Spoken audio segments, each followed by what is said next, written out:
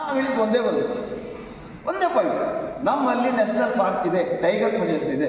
ನಿಮ್ಗೆ ಯಾವುದು ಏನು ಉದ್ದೇಶ ಇದೆ, ಈಗ ನೀವು ಈ ಕಸ್ತೂರಿ ನೀರು ವರದಿ ಮೇಲೆ ಏನು ಉದ್ದೇಶ ಇದೆ ಅದಷ್ಟು ಈಡೇರಿಸಲಿಕ್ಕೆ ಆ ಕಾನೂನುಗಳು ಸಾಕು.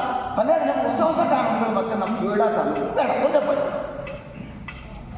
ತಪ್ಪೋ ಸರಿಯೋ ಗೊತ್ತಿಲ್ಲ, ಮತ್ತೊಮ್ಮೆ ಹಾಕಿ. ಆದರೆ ಇದನ್ನು ಸುಪ್ರೀಂ ಕೋರ್ಟಿಗೆ ಹಾಕಿದ್ರು ಸಹಿತ ನ್ಯಾಷನಲ್ ಪಾರ್ಕ್ ಇದೆ, ಟೈಗರ್ ಪ್ರೊಜೆಕ್ಟ್ ಇದೆ, ಈ ಕಾನೂನಲ್ಲಿ ನಾವು ಏನು ಬಚಾವ್ ಆಗ್ತಾ ಇದ್ದೇವೆ, ಬದುಕಿಕೊಂಡಿದ್ದೇವೆ, ಇದರಿಂದ ಸಾಕು, ಇದಕ್ಕಿಂತ ಹೆಚ್ಚಿನ ನಮ್ಗೆ ಬೇರೆ ಬೇರೆ ಹಾಕ್ತಾ ಉಳಿದು ಬೇಡ ಅಂತ ಹೇಳಿದ್ರೆ ಅದು ಹೌದು ಅಂತ ಅಲ್ಲ ಆಡುವಂಥ ವಿಚಾರಗಳಲ್ಲ.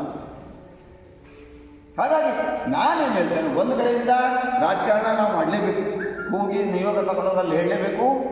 ಅವರು ಕೆಲವು ಜನ ಬಂದು ಹೇಳಿದಾಗ ಭಾಳ ಸ್ಟ್ರಾಂಗ್ ಆರ್ಡರ್ ಹಾಕಿದ್ದನ್ನು ಅವರು ಕಂಡ್ರೆ ಅವರು ಕಡಿಮೆ ಮಾಡಿದರು, ಫ್ರೀ ಮಾಡಿದರು.